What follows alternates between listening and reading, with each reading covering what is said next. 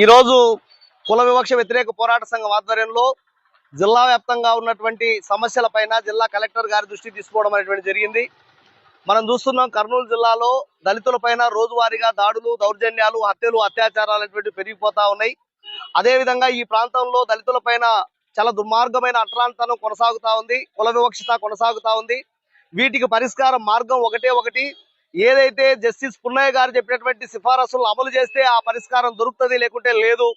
తాత్కాలిక ఉపశమనం కింద కలెక్టర్ గారికి దృష్టికి మేము తీసుకొచ్చాం. అమ్మా, ఇప్పటికైనా మీరు నెలలో ఒక రోజు దళితులకు సంబంధించిన సమస్యలపైన ప్రత్యేకంగా గ్రీవెన్స్ నిర్వహించండి అని చెప్పేసి కలెక్టర్ గారి దృష్టికి తీసుకొచ్చాం. కలెక్టర్ గారు కూడా సానుకూలంగా స్పందించారు. ప్రతి 4వ శనివారం ఆ రకంగా ఎస్సీ ఎస్టీ గ్రీవెన్స్ నిర్వహిస్తామని చెప్పేసి హామీ ఇచ్చారు. ఆ రకంగా కలెక్టర్ గారికి మేము ప్రత్యేకంగా ధన్యవాదాలు తెలియజేస్తా ఉన్నాం.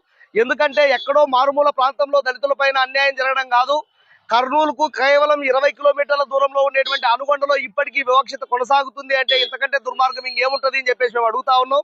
అదేవిధంగా దళితుల సమస్యలు రోజువారీగా పేర్కొని పోతా ఉన్నాయి. మేము గత 2 వారాల క్రితం కలెక్టర్ గారి దృష్టికి తీసుకొచ్చాం, అధికారుల దృష్టికి కూడా తీసుకొచ్చాం.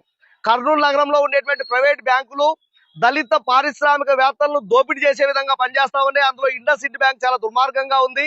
ఏదైతే ప్రభుత్వం మొదటి దఫా సబ్సిడీ 4 లక్షలు ఆ రకంగా విడుదల చేసిందో ఆ 4 లక్షలు ఇవ్వడం కోసం పారిశ్రామికవేత్తల దగ్గర, లబ్ధిదారుల దగ్గర డబ్బులు లంచబడినటువంటి పరిస్థితి ఉంది. దాన్ని కలెక్టర్ గారి దృష్టికి తీసుకొచ్చిన తర్వాత సమస్యను లీడ్ బ్యాంక్ మేనేజర్కి అప్పచెప్పారు.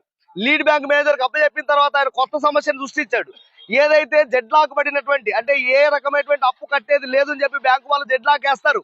ఆ రకంగా మీ సబ్సిడీ ఇస్తామని చెప్పేసి లెటర్ ఇప్పించుకున్న తర్వాత తీరా ఇప్పుడు చేసింది ఏమంటే వన్స్ టైం సెటిల్మెంట్ చేశాం కాబట్టి ఇంకా మీరు డబ్బులు కట్టేది ఉంది కాబట్టి ఆ డబ్బులు పట్టుకుంటామని చెప్పే రకంగా ఈరోజు సమాధానం చెప్పేటువంటి పరిస్థితి ఉంది.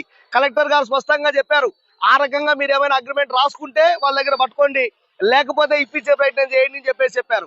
మరి ఇప్పటికైనా అధికారులు ఇప్పిస్తారా లేదా బ్యాంకుల పక్షాన ఉంటారా అని చెప్పేసి చూస్తాం.